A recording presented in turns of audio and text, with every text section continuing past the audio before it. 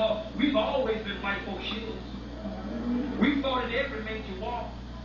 The Korean War. We fought on the side of the North and side of the South. We fought in the Civil War. We fought in World War I, World War II. We fought in the Vietnam War. And what rights do we still have today? And here you want me to send my son, you want me to go over there and shed my blood for you, and you won't even pass a bill for civil rights? And why should we have to have legislation pass a bill for civil rights when you're supposed to be a citizen of the United States of America? Yeah. You're not a citizen, and you're not free. You're Hermerian. Shouldn't it be? Barbecue eating. Well, come on. Meat coat wearing. Alligator shoes wearing. Relax. Process head wearing.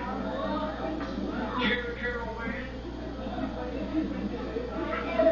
Wig wearing. Say, you're not your own. You're under someone else's roof. God is going to make a change. All right. Going to cast down the wicked and going to lift up the righteous. And the day has come for change in God's earth. And you're looking at today's history being attacked on every side. Things we were told in the past are now being re-examined. People are running to this church now, and before it's all over, Negroes say, hey, brother, open the door, let me come in, chair. What book is that you said read? This is one of them. Man, God, and Civilization by John G. Jackson. This book will wake you up, and this will get you back on your feet knowing who God is. And the destruction of a black civilization, all you need to read that. Stolen legacy, they stole our legacy. You need, and troubled waters, biblical troubled water, you definitely need to read that. And oh yeah, by Mr. Barshenko, European holidays and a middle genocide, book 1, book 2, you definitely need to read that. And what about when God was a woman? Yes, you need to read that. Hello. And by Dr. Ivan Van Silver, Egypt revived. We need to definitely read that. And about the pyramids, how we build those pyramids. Oh, you see here? And there are many other books that I can't name right now that we as a people need to read and embrace and get a knowledge of ourselves. And be proud of yourself because you did something great, but they erased it out of your psyche, out of your mind through slavery. Not 1 day, 2 days, 3 days, a year, 2 years, but 400 years. A servitude made you what you are today. But there's a chance. Gonna close. The war over there in the Middle East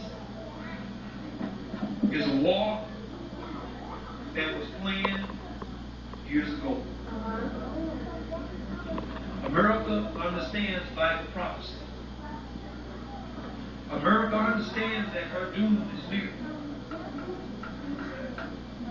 She's trying to avoid and do everything she can to lessen the time or to hold on to time. The time is running out.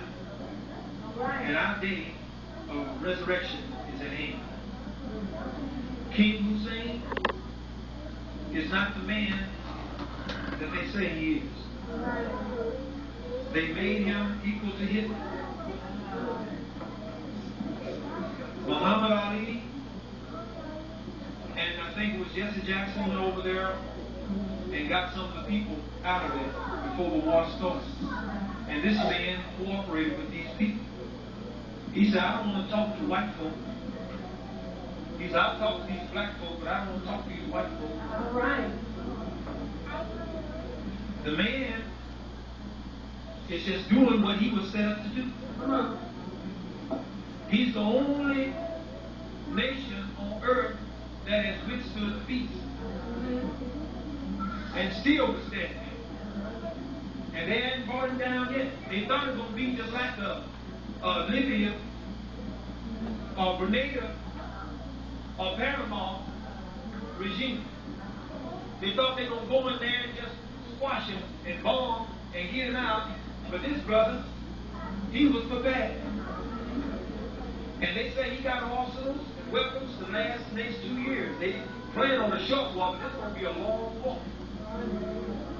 A lot of blood going to flow. And this little man, King Hussein, standing up against the beast himself. And this beast and Mr. Bush said, we're going to crush it, we're going to do this, and we're going to do that. Who he think he is, define us. But he ain't talking that way like he did when he first started. He got to figure this thing out. He's scratching his head now. When he gave his address to the nation, he was on. He wasn't talking big swelling words before when he first started because he understands that this is his doom. This is the rise of black people and people of color all over the planet. And the rule of the European is up. And you black folk are holding on to your master. You better let it go. Don't go down with him. The Bible said, come out from among them and be ye separate, said the Lord, and touch not the unclean thing, and I will receive you unto myself. He done killed you in your food. He's killing you in the water. He's killed you in the air. He's taking your children every day. He's putting drugs in your community. He's dividing and come to give you arms to kill one another. Don't you understand your person, what he's doing? Put the middle class against the low class, he's so-called. But don't you know we're going to need the middle class? They're the ones that got the mentality and the technology. They've been in IBM. They've been in TTI. They've been in all these organizations. They know what's going on. We're going to need the middle class. And they're going to need us. But yet they try to put us at one another's throat. Divide and conquer. But we need to understand that he's our oppressor and he is our enemy, our open enemy. He's God's enemy. And he's going to be destroyed. There's no way around it. He's not going to change.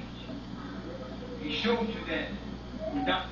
Martin Luther King was marching there, he's not going to change.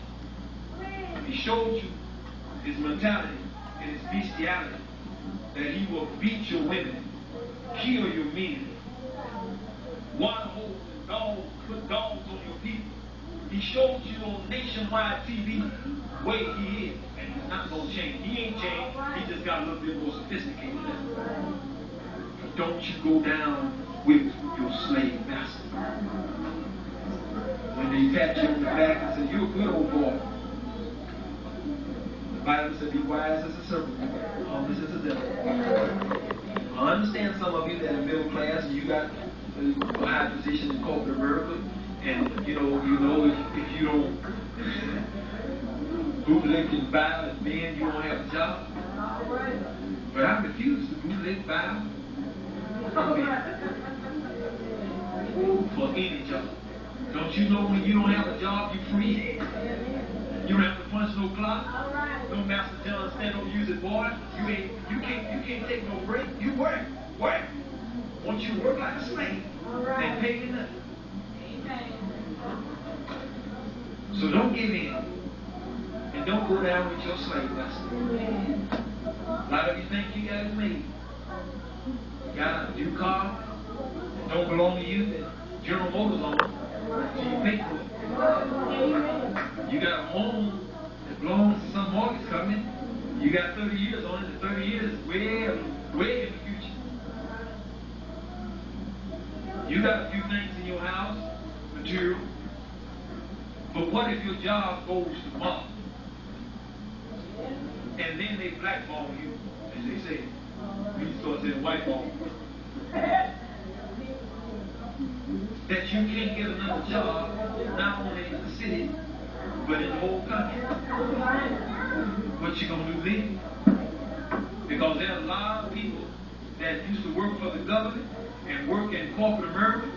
When they came to knowledge, like I'm teaching and preaching, and they began to stand up for that, they were fired, and they were blackballed, they could never get another job, not in the city, but in the whole United States. They have to go out of the country to get a job or try to find something or create their own business.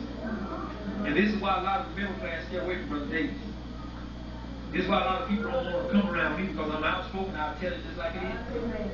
And I got the documentation to back it up.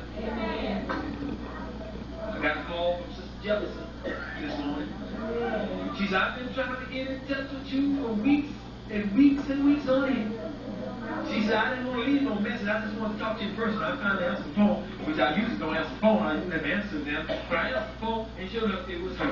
And she said, you've been on my mind. I ain't been able to rest, sleep, or eat. And she said, here, I come back home. I said, sure, you come back home. She wants to come home. She's one of the ones that got angry with me when I started preaching like this. And she said, I wish she stopped preaching that because I can't even get in the spirit no more. And I said, oh, you wasn't in the spirit for us?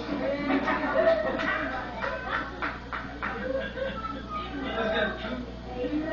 Truth is life. A lot of it just flesh down here shaking, faking going on. Ain't nothing in it.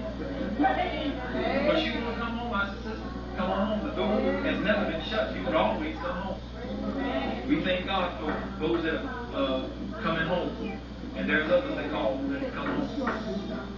And we, this morning, we have a brother that wants to join with the ministry and be a part of it. And I'd like for him to stand right now. And I'd like him to come down here.